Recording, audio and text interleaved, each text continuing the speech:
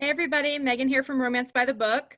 We're here with our October Book of the Month author, Ann Aguirre. Is that how you say your last name? I'm sorry, I should have asked you first. Pretty close. It's Okay. Aguirre. Okay, Aguirre. And Yes, very good. we read Strange Love, which was so much fun. Marielle and I loved it. We were talking about it the other night when we were coming up with questions to ask you. And we've been having fun. We have a little DM chat group every month where we discuss the books, and that's been really fun too. So I guess the first question really is, what made you want to write an alien romance? Like, honestly, I have confessed to this at a big sci-fi convention in Toronto. I am a fanficker. I wrote a pretty filthy fanfic about Garrus, Vicarian, and Shepard. I don't know if you play Mass Effect or if you've ever heard of it. No. But that was an alien-human thing. Okay. And I wrote that years ago under a pseudonym on, it wasn't Archive of Our Own. I think it was on fanfiction.net. It's still up there. And I actually got a little bit famous for my description of alien junk. So I actually had people emailing me and DMing me on the site, like, I really like the way you describe Garrus's junk. Can I use that in my fiction? And I was like, awesome. I was like, yes, absolutely. I will become known as the exosex princess. So, like, I have always been weirdly into strange pairings. Like, when I first encountered the Beauty and the Beast story, you don't know how mad I was when I discovered that he turns into Captain Mediocre at the end. Like, she got to romance this awesome monster, and then she had to settle for Joe Average at the end. And I was like, wow, this is such a letdown. So, like, womp womp. like I know, right? And especially, like, I'm sure if you have a little kid, you've probably seen the Disney version. Like, he was so much more adorable as the Beast. Yeah. He just turns into Joe Average at the end. And, like, I can't really tell you why. I've just been always into, like, super weird love interests. So it wasn't, like, a question of why. It's like, that's just how I am. It was more like, when am I going to do this? And it was basically whenever I could find the time. And that was why I wrote it as a serial story in the beginning. It was free 2 chapters at a time last year to my newsletter readers. And then, like, a lot of people, they're just not big on reading serials. Like, they just want to read it as a book. So I was like, okay, well, why don't I just compile all the chapters and give it a quick polish, and then I'll just put it out for anyone who might be interested in. And it kind of went semi-viral earlier in the year when it came out, and everyone was talking about it and, like, how it's just bizarre and it shouldn't work and it shouldn't be hot, but yet it's funny and adorable. Amazing. Yeah. So that's awesome. That's just, well, speaking like, there is no why. That's just how I am. Okay. Well, speaking of Beauty and the Beast, that gives us a little segue. I was going to wait till later to ask you this one, but we saw you have a new book coming out on Halloween, which is a Beauty and the Beast like telling. So it's called Bitterburn. Yes. So do you want to tell us a little bit about that? Oh God, I'm so excited that you asked. I'm just in the beginning portions of getting it out and, like, getting it out to my ARC Street team. And I just got the really gorgeous print wrap that's, like, for the print cover of it. And that's just absolutely beautiful. I saw the cover on Amazon. It looks awesome. It is really beautiful. And this is kind of an interesting story. Like, normally I don't have cover art stories. Like, this is the art, I like it. But this one actually does have a story. A friend of mine who's an artist, her name is Skyla Dawn Cameron. She's also a writer. She runs a site called Indigo Chick Designs, and every now and then she runs a sale. And I just saw this cover pre-made several years ago on her site. And I was like, I have to have this. I am in love with this cover. Like, I had no idea what I was going to do with it. I was just like, you know, you see something and you're like, you will be mine. Yeah. Oh, Even if it's something you don't need, like, you just, like, you want it. Me the last day and a half on Amazon Prime Day. Yeah. So I saw that cover and I just immediately felt acquisitive about it. I was like, I will have this cover. So I bought it pre-made. And I just sat on it and I looked at the art and I was like, you know, it looks like ice. It looks like she's kind of frozen. Why is she frozen? What's going on in the background? And very slowly, I just sat on that image and hatched my book like an egg. And that was how I was like, well, what if it's a keep? And what if the keep is frozen? But why is it frozen? And it just sort of very gradually gestated into the full idea, which was, you know, I've always wanted to do a Beauty and the Beast retelling because I love the story, but let's face it, there are some serious problems in it. It's really misogynistic. And for everyone who likes weird love interests, it's so disappointing when the Beast changes at the end. And I honestly think that's kind of a terrible message because I think everyone deserves to be loved, like exactly as they are. They shouldn't need to change a ton of things about themselves in order to deserve love. Like everyone deserves love. So that was the kind of thing that I wanted to do in the story. And I had the cover art ready. And as soon as I got time, I just sat down and started writing. And it was really fun because I got to do a lot of things within the original framework of the legend, but I put so many different nuances and different reasons and basically strained all the misogyny out of it. Like in the original fairy tale, it's just so much nonsense that her father does some petty thievery and then expects his daughter to fix it. Like, and you're supposed to admire her for being selfless. Oh, she's such a good daughter. And I'm like, no, if my dad broke into someone's house and stole something and then was like, okay, sucks to be you, buddy. I don't actually want to do any time for this, but I have a daughter. Would you like to look at her? She's pretty good. Yeah. Like, and we're supposed to be like, okay, that's fine. She's such a nice person. Like, no, her dad is messed up. He is wrong. And I made sure to call that out in the book. Like, her dad is messed up. That's funny. And Beauty is not like, okay, Papa, I would do anything to save you. Like, nah. Like, Papa, why don't you get your own shit together and handle your Like, this is your problem. I'm not making it my problem. So, basically everything that may have irked you about Beauty and the Beast will be fixed in this version. It's heavily updated. It's pretty hot. Awesome. Love it. I'm so excited. Beauty is never bartered. She makes all of her own choices. She retains her own agency. And Beast is Beast. He is not going to become Captain Mediocre at the end. Awesome. That's not a spoiler. Everyone who's ever talked to me knows that I disapprove of that ending. So, like, you will still enjoy the book a lot, even while knowing that. I mean, maybe even more, because I'm not going to take away your awesome, sexy, growly Beast and give you Captain Mediocre at the end. I'm so excited. That's awesome. And it'll be a perfect Halloween book, too. That's great. So, okay, getting back to Strange Love. Right. What gave you the idea for the talking dog? We love Snaps. That's like, it was so fun. Basically, I just thought it would be fun. Yeah. I just thought it would be funny because I was basically doing a bit. I don't know if you're familiar with a pretty narrow section of romance. It's a subgenre of alien abduction romance. And it's usually semi-non-con, like the person who's abducted doesn't have a lot of choices, and like there's a lot of like, you will be my mate, I'm gonna have sex with you until you like it kind of stuff. Right. And I wanted to avoid all that, and I just thought it would be funny, like what if there was a human going about her business with her dog and they just both get snatched up. And like, I just tried to think of it from the alien perspective. Like, he's never seen a human or a dog. So as far as he's concerned, maybe the dog is in charge and she's his body servant. I mean, and that is kind of not wrong if you were a really dedicated pet mom. Yeah.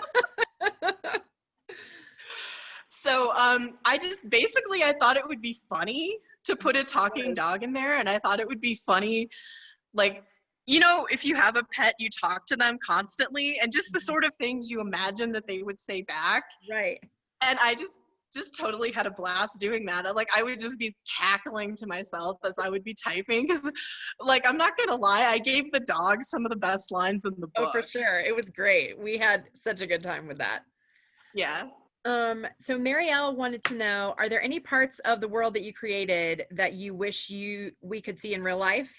And then are there any that you are glad don't exist for us? I would say that it would be really cool to have a city transit system. Mm. I pictured the pods as almost like, you know, the sky boxes that will take you all over amusement parks. Mm-hmm. It's kind of like that, only lighter and sleeker and more sci-fi, and it runs all over the city. That would And be like, cool. wouldn't that be really cool? Like, Yeah. to just zip from building to building, and like you're just above all the traffic. Like, I just think that would be cool. That's like, yeah, my idea of a great time. I hate traffic. I live in Atlanta, so traffic is terrible.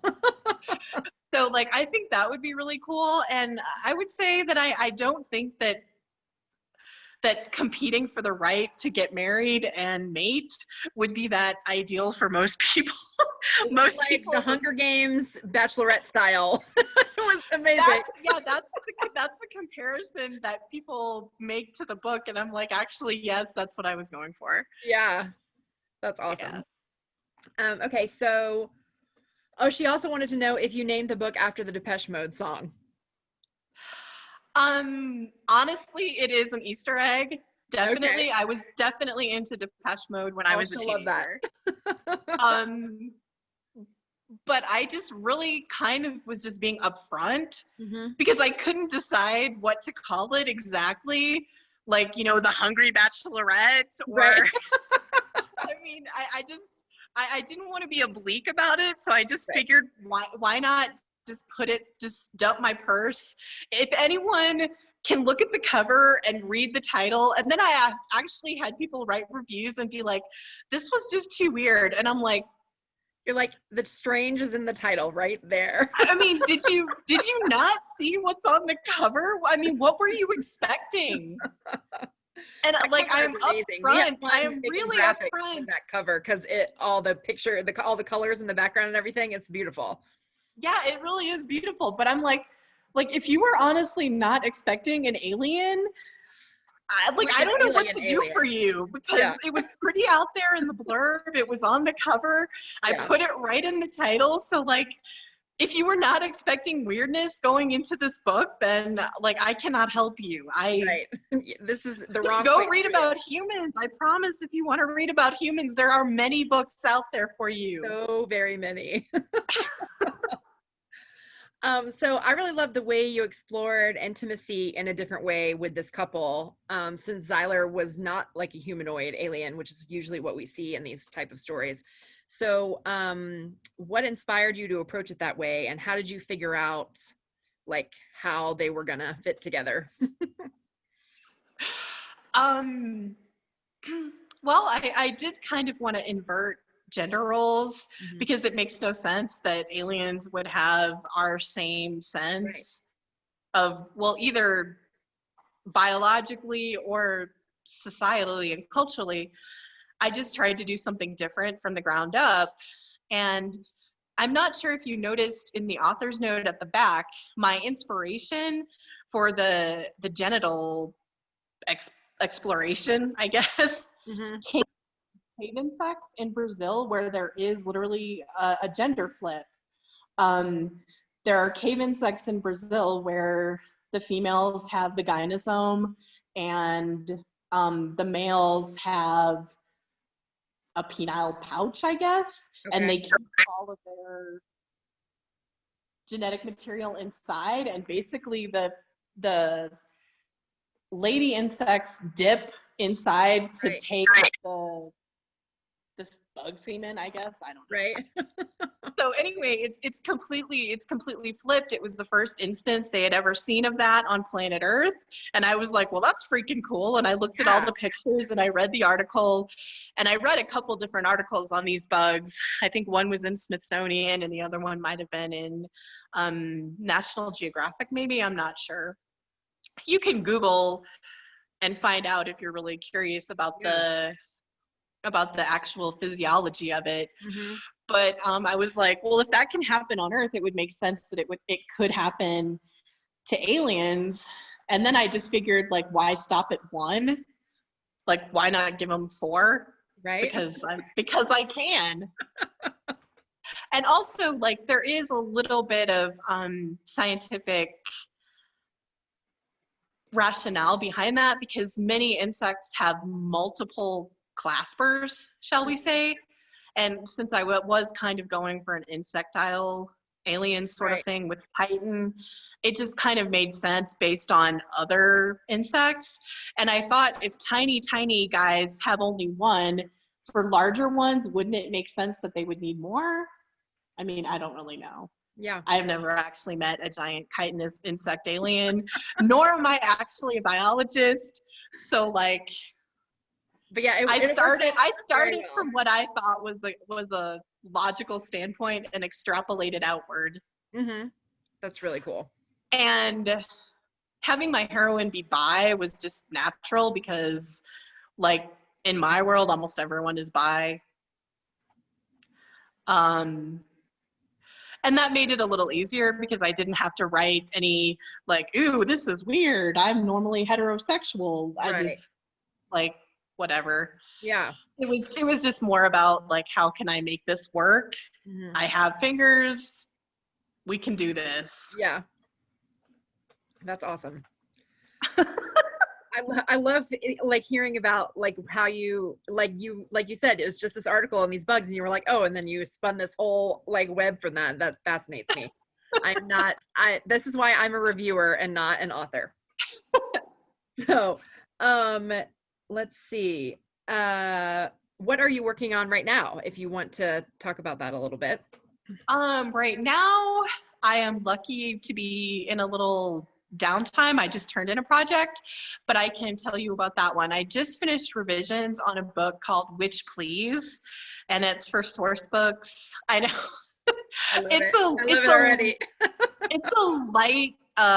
light paranormal contemporary. It was sold as Gilmore Girls meets Practical Magic. Oh my God, I love it. Put it in my name. Basically, like, the hero is an awkward bisexual virgin, and the heroine is a practicing witch. She's a technomancer, which means she can magically fix basically all gadgets. Awesome. What a great I know, which is extremely convenient. That's amazing. What's that? Your toaster oven doesn't work? Love it. Yeah.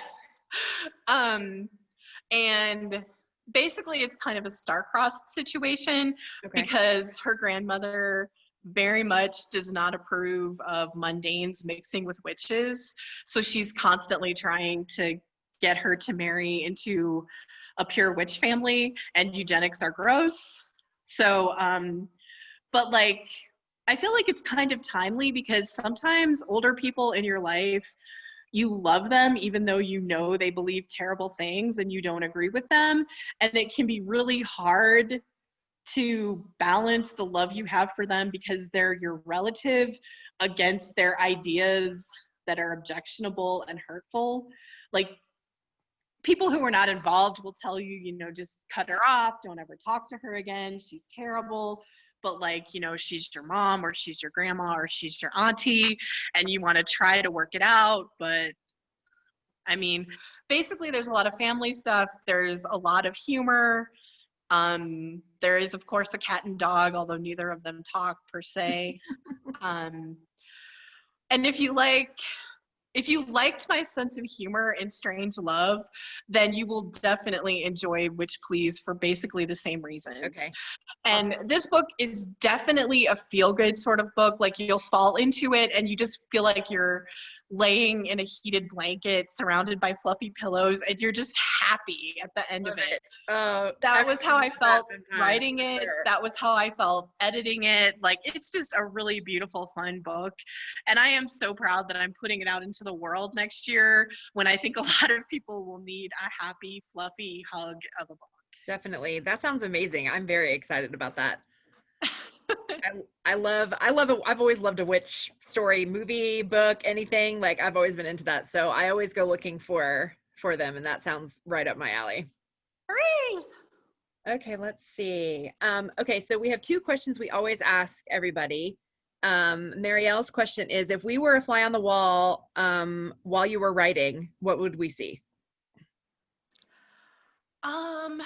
Usually, if things are going well, like I'm just sitting quietly either on the couch or on the terrace, I either write on my Chromebook or on my AlphaSmart, because those have much less distractions. My laptop I do use for editing, but I also play games on it, so it's a little more tempting. My Chromebook, about all I can do on it is write or check something on the internet. Mhm. And I will usually disconnect the internet before I start writing. And then if I have like a research question, I'll turn it back on and I'll look it up.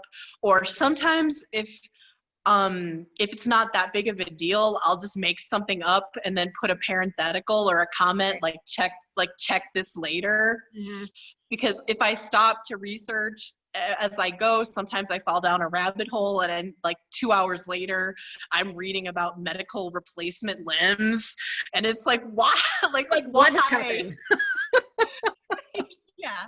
So, um, my AlphaSmart doesn't even have internet on it. Like, it's basically just a keyboard that lets me type, and it has a small screen. So basically, you would just see me sitting on the couch, on a chair, or on the terrace, with either a Chromebook or an AlphaSmart on my lap, just typing away quietly. And I typically will just write until I'm done. Like, this is how many words I needed to get done for the day. Now I'm done, and I can put a pin in that until Right. tomorrow. Do you snack? Do you have certain drink with you always, or none of that?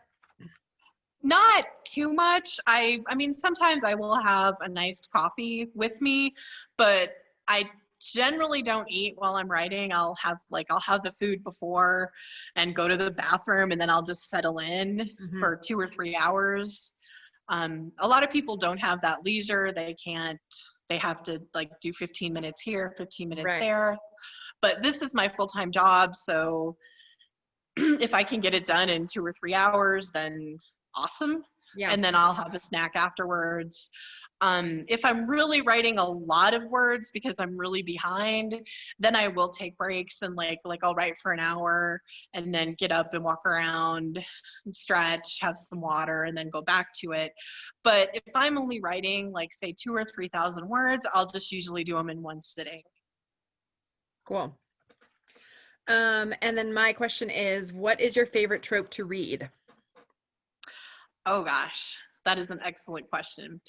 Um, I would have to say that of all of them, it's probably Grumpy One is soft for the Sunshine One, Yeah. because there's just something about a curmudgeon that hates literally everyone, and then he meets a little ray of sunshine, or she, because like I don't really care about the genders involved. Mhm.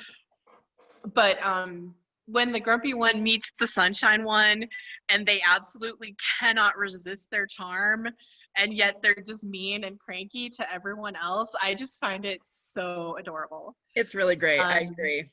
That's a I am also one fond. for me too.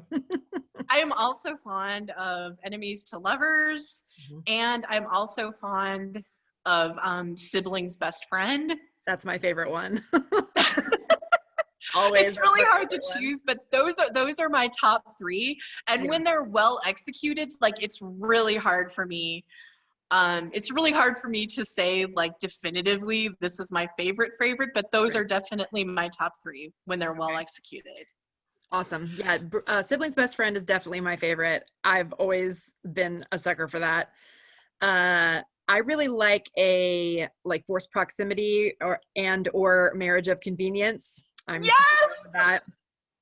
I feel like this is a shameless plug, but if you haven't read my Ars Numina series and you like paranormal romance, you should really check that out too, Okay. because I do so much trope. The first one is Friends to Lovers. Okay. The second one is Forced Proximity. Okay. The third one is Marriage of Convenience. Awesome. Love it. The fourth one is kind of it's basically a road trip, but it also has some inverted power and sex dynamics, because the hero is kind of the sub and the heroine is kind of the dom. Okay. But it's not like deep BDSM. It's like people who have read it have said it's more light, because they certainly like don't beat each other or anything like that. Like it's more of the power exchange. Power dynamics. So that's the fourth one, and then the fifth one is Grumpy One Soft for the Love it. Sunshine One. That's amazing. And I will definitely look those up. the sixth one is forced proximity again. Okay. Forced proximity is my jam. And actually, I was excited today because Naima Simone just sent me her arc of her next one, which is another Marriage of Convenience, which I'm very excited about because, and the cover is gorgeous. Harlequin covers lately have been like to die for. So that's on always fire. Yeah. But yeah, I'm lucky enough to get to read some things early and review them, which is always a good time. But we purposely saved your book because we wanted to read it for this and not have already, read it before. So Marielle and I both started reading it right at the beginning of the month, so we can film our recap videos for the weekends and everything. And we're so glad that we waited so we could talk to you like while everything was super fresh and we were like super excited about it. So it was really great. We really enjoyed it so much. And I guess my recap video will be up on Saturday this week. And then when everybody's seeing this video, it will be Saturday the 31st, and Anne will be taking over our page.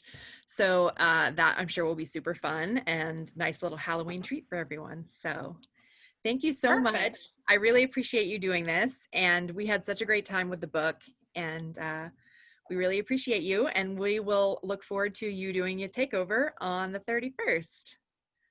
Thank you so much for having me. It was a pleasure chatting with you. Thank you. Okay, let's see. Thanks, guys. Bye.